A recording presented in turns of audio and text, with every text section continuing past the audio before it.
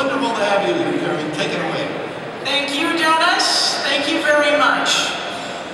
It's now my honor to introduce you to a good friend of public education. But first, just by making some noise in the room, how many of you enjoy working with the governor of your state? Let me know.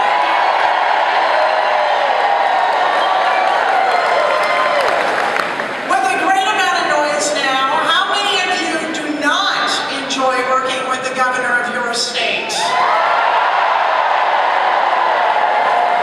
I know where you're from. Well, educators here in Colorado are facing quite a few obstacles. And I'll give you a lay of the land in a moment.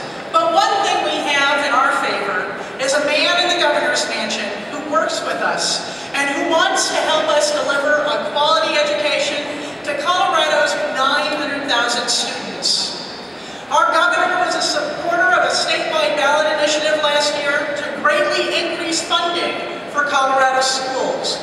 The voters did not support it, but he did.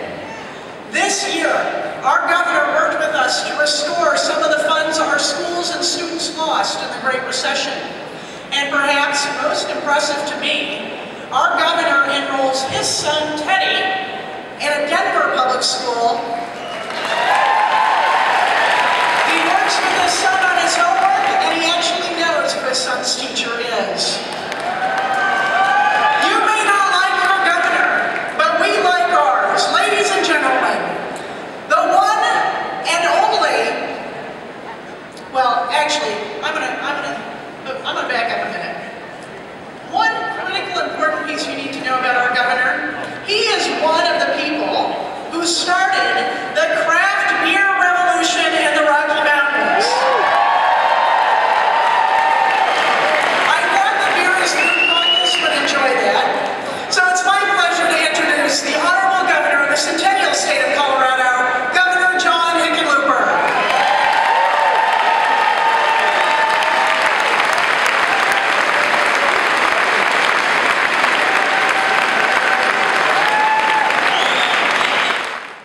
Well, thank you, Kerrie, for that wonderful introduction and for hosting educators from across the nation today. And especially thank you for your leadership in Colorado. I also want to thank Dennis for all his work as he retires. He's been a great leader for educators throughout really the worst of the Great Recession. When state houses looked to education funding, Dennis, you stood up, spoke out, and all the better for it. And to all the 12,000 teachers, counselors, I'm going to read this, librarians, bus drivers, teachers' aides, custodians, and support staff who make educating our children possible, welcome to Colorado.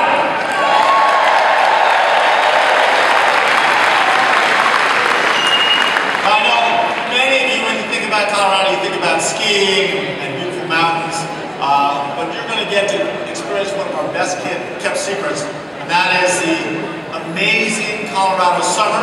They are tempered, comfortable, and full of adventure, I guarantee you. But also, you're going to see the climate here is great, it puts you in a good mood. And you guys have some serious work to do. So I want you to have fun, I want you to appreciate Denver and Colorado, but I don't want you to have too much fun, right? I want to make sure you remember, and I know not one of you forget, that our nation's children, as much as our future, are counting on the work you're going to get done here this week. You know, when I first ran for mayor in 2003, and I'm one of those people, I never ran for anything my whole life. I never ran for student council or class president. I was 50 years old the first time I ran for anything. But I did care deeply about education. I pledged to, if I was elected mayor, I would work with the superintendent schools in Denver. I said that where are the Denver educators? Good work, Colorado educators. When I was out there and campaigning for mayor in 2003, as a way of demonstrating my commitment to our schools and our teachers and our kids, I said, if I get elected my first 4 years, I'll visit every public school in Denver. Now, maybe if I had better staffing, some people would have told me there 161 schools in Denver. But I went to a different public school pretty much every week in my 4 years as governor, those first 4 years. And I got to, yes, absolutely. I'm going to guess I've probably been in, at least right now, I've been in more classrooms than any governor in the United States. And I was so impressed by the commitment, the talent, and the determination of the teachers teaching our kids. And I am proud to have my son Teddy in the Denver Public School.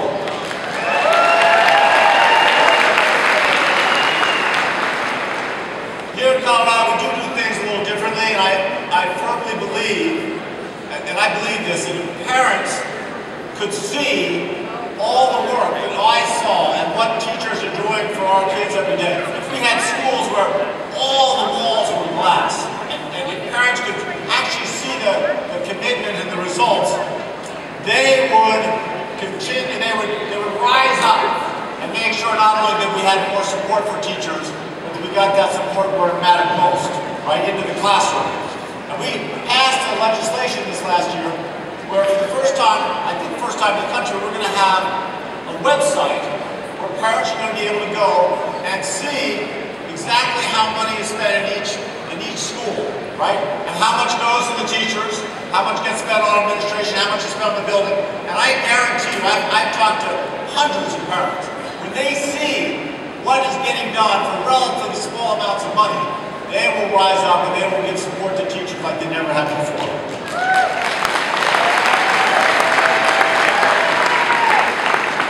I think when you show people that the funding for education is going directly into the classroom, I think that straw man that is often used against efforts to find more support for educators, it goes away.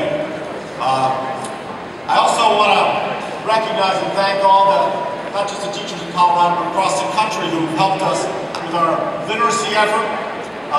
Literacy obviously the cornerstone of any education effort.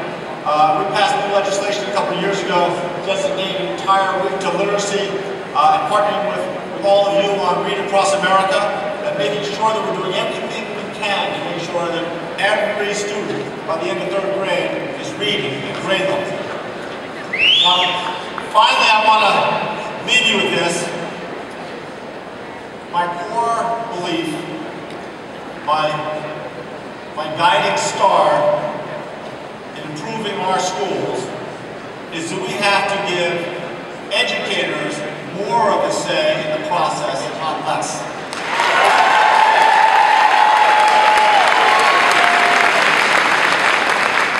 That's why I feel such a strong partnership with all of you in this room. I think that is why we can work together. We can continue to improve public education and have a system where every parent wakes up every morning happy to have their kids in public schools. Thank you all for all your work. Have a great week.